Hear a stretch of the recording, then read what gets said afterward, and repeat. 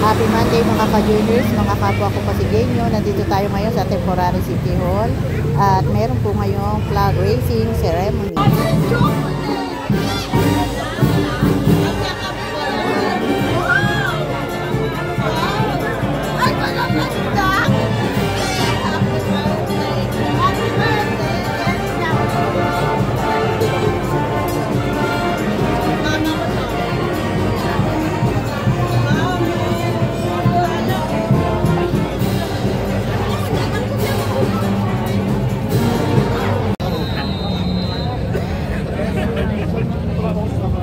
Ayan, nandito na ang ating mga city councilor, si Consi Coach Paul Sinugat, si Consi Maru Martires, si Consi Angelo De Leon, si Consi Warren Vicencio, si Consi Eric Gonzalez, si Consi Volta, si Consi Paul Santiago, si Consi Coach Paul Sinugat, si Consi Boy Reymundo.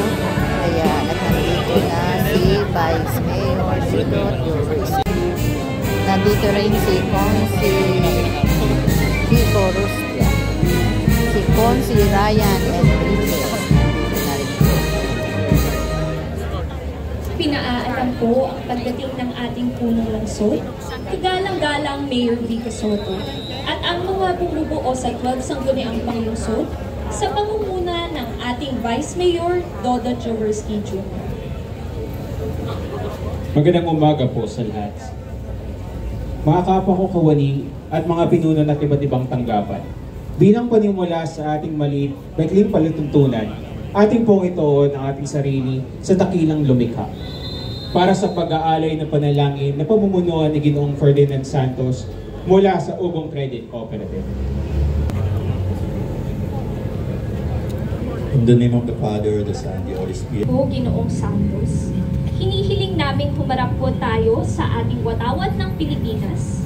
Ilagay natin ang ating kanang kamay sa kaliwang dibdib at awitin natin ng buong dangal ang lupang hinirang sa saliw ng musika ng Pasig City Symphonic Band.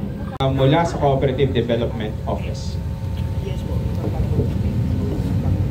Itaas po natin ang ating kanang kamay.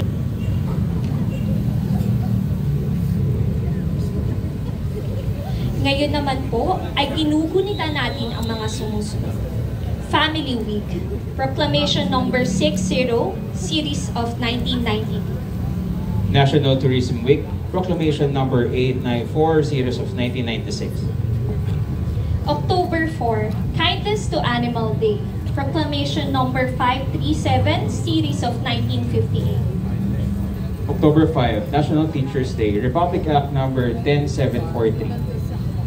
Founding Anniversary of the Movie and Television Review and Classification Board, Presidential Decree Number 1986, Series of 1985. Ngayon naman po ay saksihan natin ang paggawad ng parangal. Para po dito, akin pong tinatawagan si Ginoong Junker Bell Reforma, ang Focal Person Nutritionist Dietitian.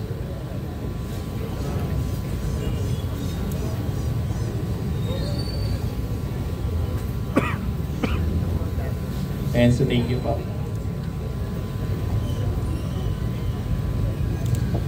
Malusog na umaga po sa ating lahat. To our Honorable Mayor, Mayor Vico Soto, our Vice Mayor, Dodo Jaworski, Councilor Boy Reymundo, Councilor Eric Gonzalez, and also City Council, our City Health Officer, Dr. Joseph Panaligan, our department heads, fellow public servant, guests, good morning. Last September 11, the National Nutrition Council recognized the exemplary performance of the LGU in the National Capital Region. Today, I stand here with pride as part of the nutrition section of Pasig City Health Department, which also serve as the lead secretariat of Pasig City Nutrition Committee. I am happy to share that our hard work is being paid off. Presenting the awards received by Pasig City. 1. The 2025 Best Local Nutrition Committee Social Media Account, or the Webby Awards, given to the Local Nutrition Committee Social Media Award, who is able to maintain a well-managed, interactive, and well-managed social media accounts to promote good nutrition. Pasig City sustained its winning streak as grand winner from 2016 to 2025. Next award is the 2025 Best LGU in Infant and Young Child Feeding Program, given demonstrating the outstanding commitment and performance in the exemplary implementation of infant and young child feeding program, including the conduct of trainings, adopting the innovation practices established of DOH-certified lactation stations, effective monitoring and enforcement of EO 51, RA 10028, and the operational of or support of Human Milk Bank. Next award is the 2025 Best LGU in Nutrition Promotion for Behavioral Change. Award is given for exemplary in promoting nutrition through the consistent use of social media, the development and dissemination of its own IEC materials on nutrition, and the implementation and innovation project that is effective. Next award is the Best LGU in Nutrition Governance. Should for a strong political will of our mayors as our leader of Pasig City Nutrition Committee. Although we didn't receive the Outstanding Barangay Nutrition Scholar Award for this year, I would like to recognize Ms. Ernaline de la Cruz for her dedication and effort to our still a champion.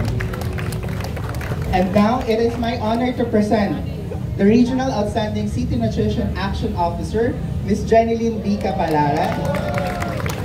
And we are rooting for her as she is a confirmed contender of the National Outstanding Nutrition Action Officer to be evaluated this coming November 6 to 7. The most prestigious award, Pasig City received the second consecutive Green Banner Seal of Compliance, presented by our City Health Officer, Dr. Joseph Panaligan. So this award shows the city's strong commitment to health and nutrition. Let us all continue to be part of the solution for malnutrition. Again, congratulations, Pasigueño.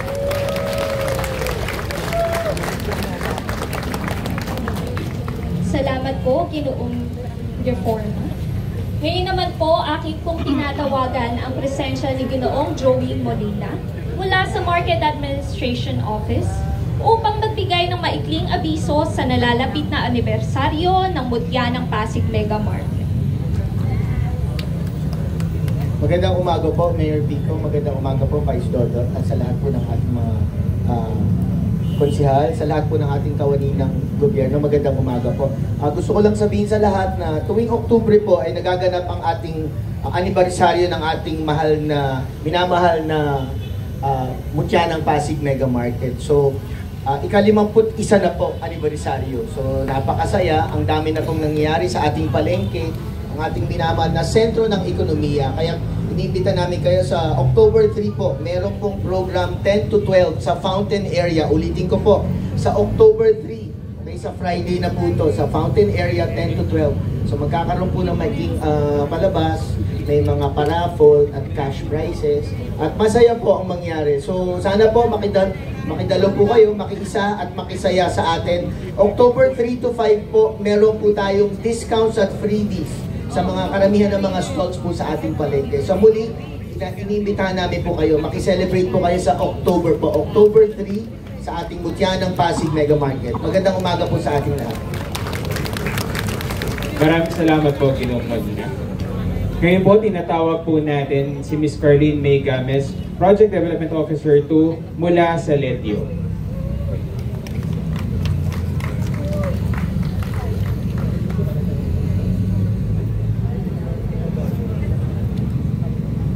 Magandang umaga po sa inyong lahat. Nais ko pong tawagin ang mga miyembro ng Pasig City Chamber of Commerce na si Ginang Nora Lacuña at si Ginang Mitch Ballesteros kasama po sa akin.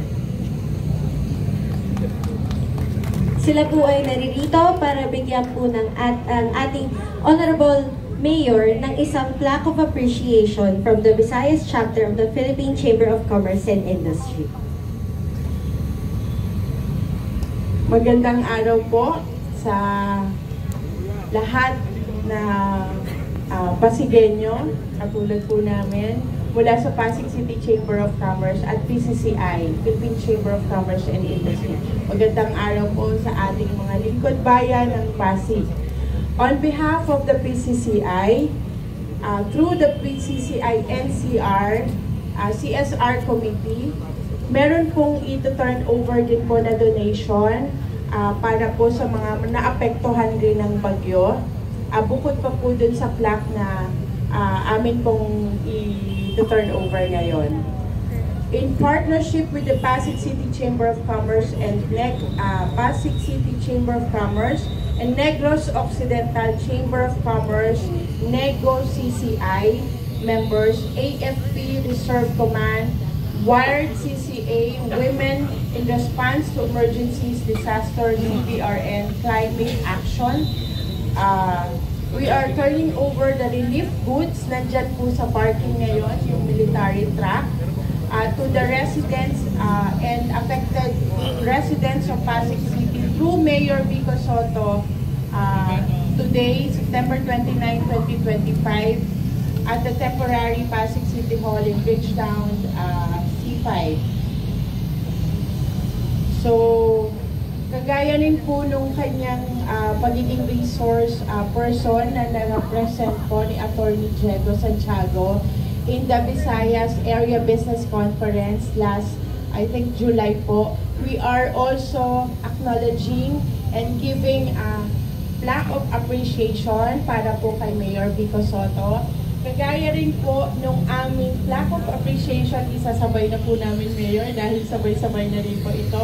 Noon pong invitation namin sa kanya ng Mama Ramp event for the Mama Ramp Mothers Pageant for a Cause na nag-support po ang Pasig City Chamber para naman po sa appreciation namin sa kanyang pakikilahok at sa kanyang paglilingkod rin po even sa mga mothers ng Pasig. Kung nabalitaan niyo po yan, nasa social media po yan, nag-award po tayo ng mga mothers at ginawa po natin ang Mothers Pageant for a Cause noong May 28 sa Tanghalan, Pasigueño.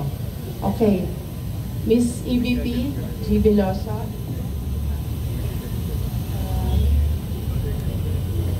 So the citation is given to the Honorable Mayor Victor Maria Regis Vico N. Soto with deep gratitude for the meaningful contribution as a resource speaker of the 34th Visayas Area Business Conference, which was held in Tacloban this year. The valuable insights and generous sharing of expertise significantly contributed to empowering the Visayas business community. This was awarded on the 25th of July, 2025 at the Leyte Convention Center.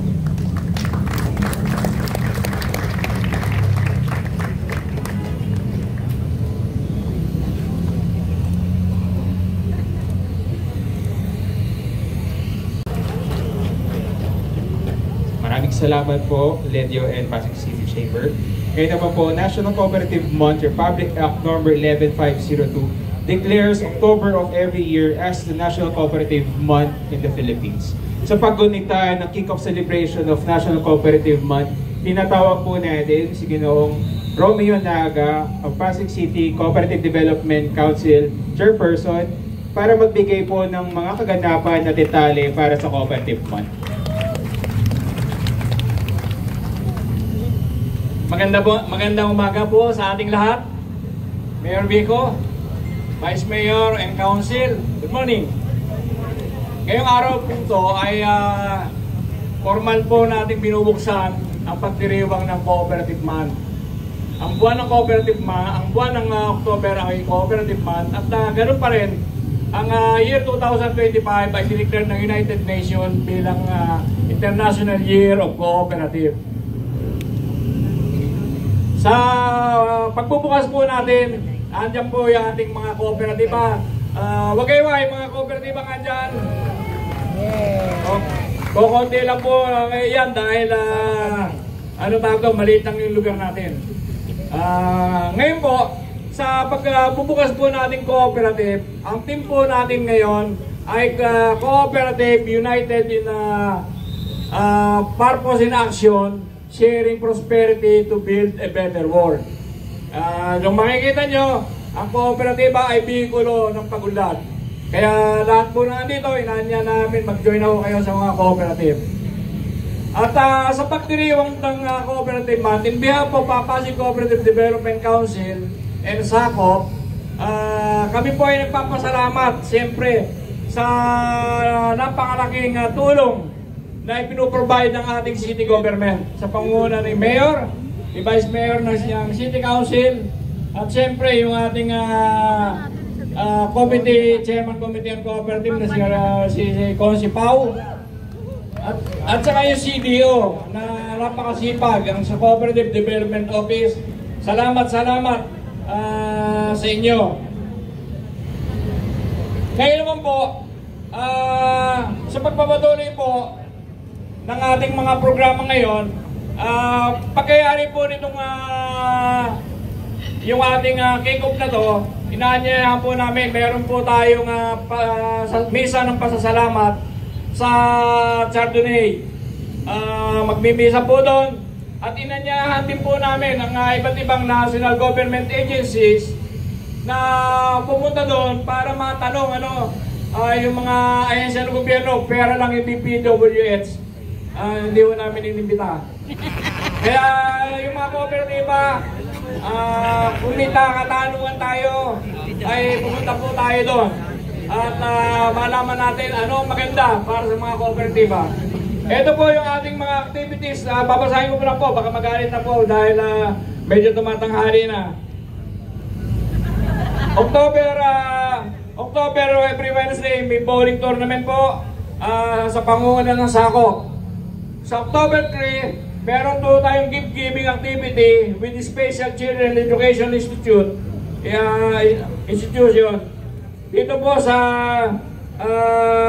Special Children Education Institute. Doon po natin gaganapin. Sa October 7, livelihood. Meron po tayong chocolate making at partnership with Lideo. Gaganapin po natin yan sa Pasig Institute of Science and Technology. October 8, meron tayong education forum tungkol nito sa pamumuno. Gagandak po ng CDO Council at saka ng SACOP. October 10, God, Women, Power, Leading, Strength, Voice, and Vision. Meron po tayong seminar po sa Astoria Plaza. Ito po ay pangunguna ng ating masipag na CDO. October 15, Cooperative Recollection sa SACOP. October 17, God, Women, Empowerment sa Astoria Plaza. CDO po mag-spearhead. October 19, Cooperative Clean Up Drive. Na-identify po namin pa kung saan tayong lugar maglilinis. Okay, baka meron kayong mga barangay na i-recommenda sa CDO saka sa council ay open po kami. October 22, livelihood training, chocolate making sa Pasig Cooperative Institute of Science and Technology sa Pambang. Kaya yung mga interesado po na gumawa ng tsokolate ay open po. Family Coop, Coop Olympic, SACOP. Gaganapin po natin yan. Naghahanap pa po ng venue.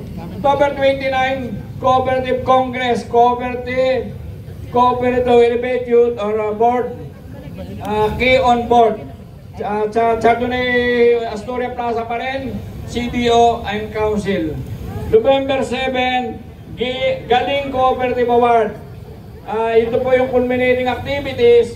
Gaganapin po natin sa Chardonnay Plaza. Ito po yung award, bibigyan natin ng recognition yung mga natatanging kooperatiba sa Pasig. At yun lamang po, muli po ang pagsasalamat namin sa Pasig City. Ang masasabi ko, pinagmamalaki ko nung nag-meeting kami sa National Cooperative Development Council, ang Pasig ay friendly cooperative city. Salamat po! Maraming salamat po sa mga departamento at tanggapan na ng muna sa maikling programa sa umagang ito. Mula sa Social and Infrastructure Sector at Cooperative Development Office. Ako po si Cassandra Gabriel A. Salangsang mula sa Cooperative Development Office. Maraming salamat din po sa Person with Disability Affairs Office, PDAO, sa pagpapahirap ng bus at sa Medical Mission Hospital sa pagpapahirap ng ating ambulansya ngayong umaga, sa mga kooperatiba at mga bisita na kilahok sa umagang ito. At syempre, kapiling po din po natin ang kagalang-galang Konsehal Angel Tabalbanwa mula sa Leyte. Mula sa atin, Pasig Symphonic Band at Cultural Affairs and Tourism Office, ako naman po si Nathaniel Andre Canampog mula sa Cooperative Development Office. Kami ay naging guro sa palatuntunan ngayong umaga. Maraming salamat. Sa pagkakataon po ito, pakinggan po natin ang mensahe ng ating punong lungsod ng Pasig. Mga kasama, palakapon po natin, Mayor Vico Soto. Maraming salamat. Magandang umaga sa ating lahat. Kay Vice Mayor Dodot at sa ating konseho, sa ating mga kawani ng lokal na pamahalaan, sa ating mga bisita, lalong-lalo na sa ating mga kooperatiba. Nasaan po mga co-op natin? Sa lungsod ng Pasig, ang mga co-op masisigla. Sa lungsod ng Pasig, ang mga co-op ay hindi lang masigla, kundi mahuhusay ang mga co-op sa lungsod ng Pasig.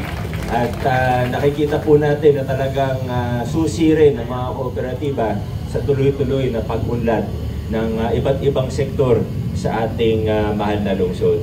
Kaya sa puntong ito, gusto ko pasalamatan ng host natin na ang CDO of Development Office po ng ating LGU. Papasalamat po tayo sa lahat ng mga tumutulong sa atin mula sa CDA hanggang sa mga kawani natin hanggang sa ating Co-op Development Council o PCCDC. Tama, ano? Chairman Romy and Company, maraming salamat. Napaka-aktibo ngayon ng ating council at hindi lang basta aktibo, kundi napapansin natin na pati yung mga activities nag-level up. Congratulations po at maraming salamat sa lahat ng inyong ginagawa. Nais ko rin pong i-congratulate ang ating mga kasama sa City Health Department at Pasig Nutrition Office, sa lahat ng mga kasama din sa ating City Nutrition Committee. Siyempre, kailangan natin i-special mention ng regional awardee na si Ma'am Jenny. Ma'am Jen, congratulations at good luck sa awarding sa finals. Tingin ko sa performance ni Ma'am Jen at sa lahat ng mga kasama niya ay malakas-lakas ang tsansa natin sa national.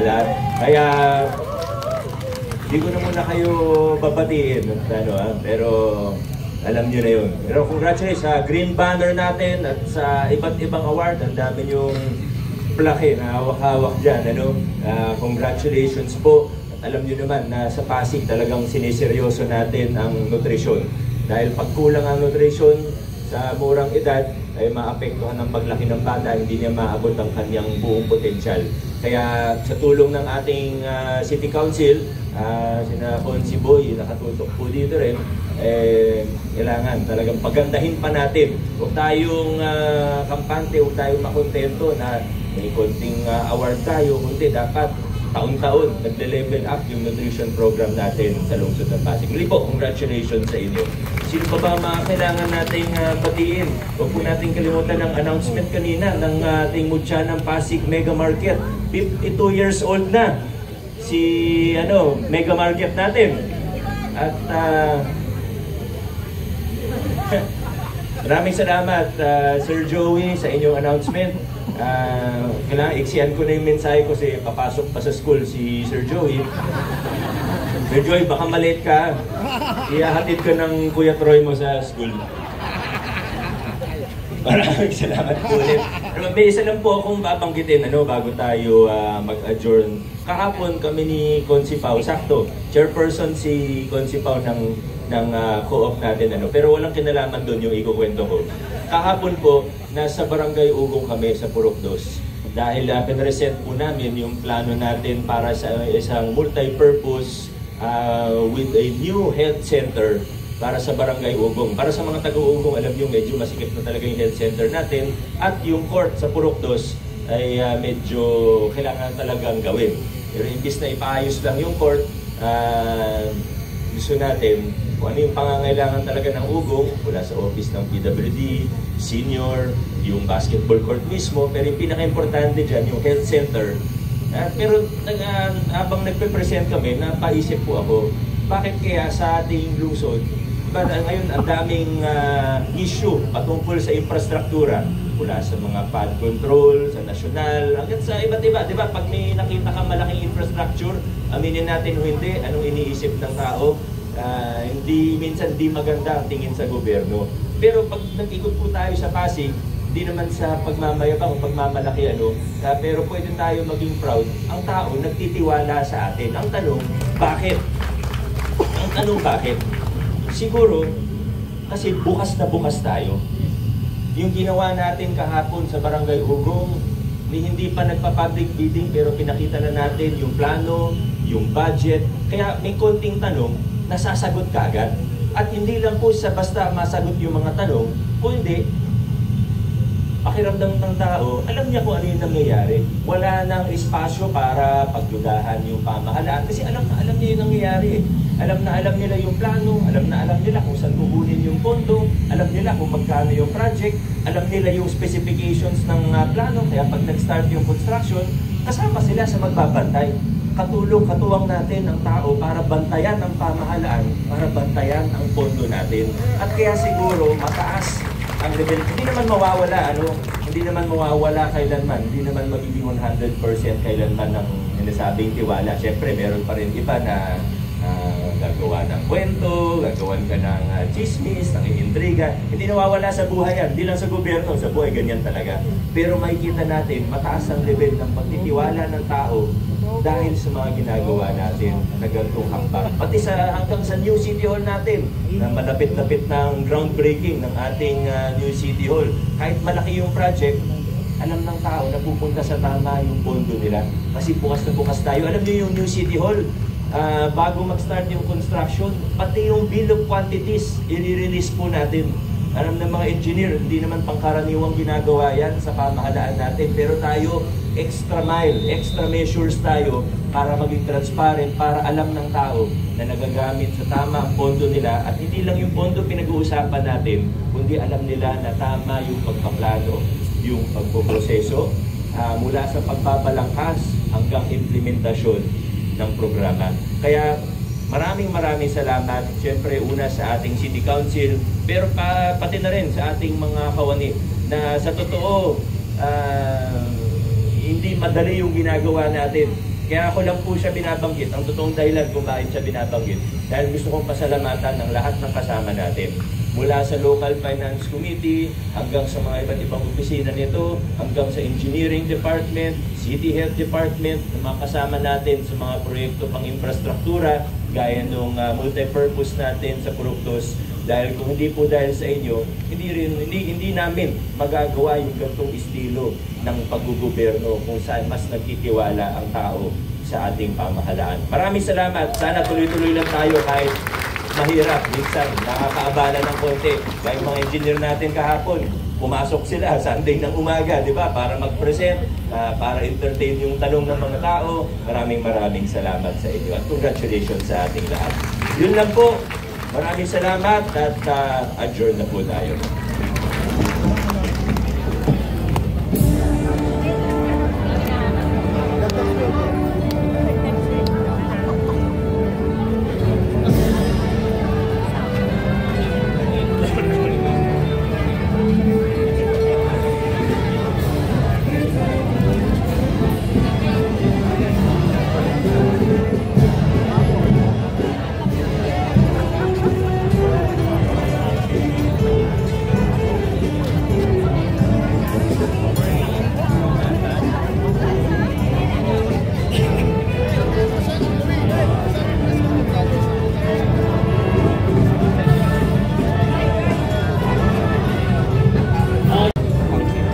May mga question kami.